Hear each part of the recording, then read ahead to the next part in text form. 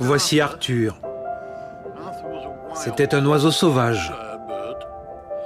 Il y a 4 ans quand je l'ai eu. Il était gravement blessé. Son aile était détachée.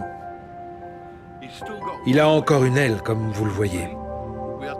On a dû l'amputer tant son aile était abîmée. Les gens voulaient mettre fin à ses jours, mais je n'ai pas voulu, parce que quand j'étais un peu idiot, personne ne m'a abandonné. Je m'appelle George Patrick O'Neill et j'ai 64 ans. Il y a 2 ans, je suis entré dans un club de fauconnerie parce qu'il fallait que je fasse quelque chose de ma vie. Et ça me plaît beaucoup. J'ai grandi dans une famille à problèmes. Et j'ai eu plein de démêlés avec la police quand j'étais enfant. Jusqu'à l'âge de 22-23 ans, quand j'ai rencontré un curé anglican, John. La police est venue m'arrêter chez lui. Je les ai envoyés promener dans le langage que j'employais à l'époque. Tard ce soir-là, on parlait et John m'a dit « George, pense qu'il y a un homme qui est mort pour toi. Il a été cloué sur la croix et il a donné sa vie pour toi.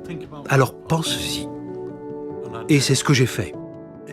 Si j'allais à la police et reconnaissais que j'étais coupable, je ferais directement 6 mois de prison. Alors, quand il m'a fait connaître le Christ, John m'a sauvé. J'ai tiré un trait sur mon passé en allant au poste de police le lendemain avec John et en disant « Oui, c'est moi. Me voilà. Faites ce que vous avez à faire. » J'ai passé les 6 mois suivants dans une prison de Liverpool à étudier la Bible. Alors le Christ est devenu mon copain personnel. Il est devenu mon meilleur ami. Et il l'est encore aujourd'hui. Je l'ai laissé tomber bien des fois, mais lui, il ne m'a jamais laissé tomber.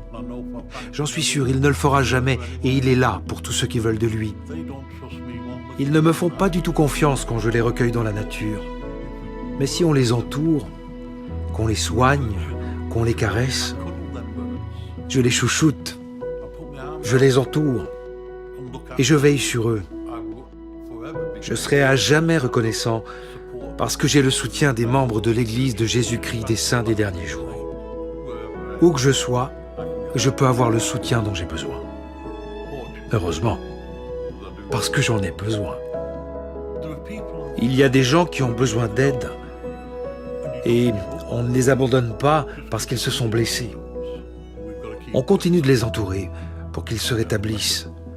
C'est ce que le Christ nous a demandé de faire.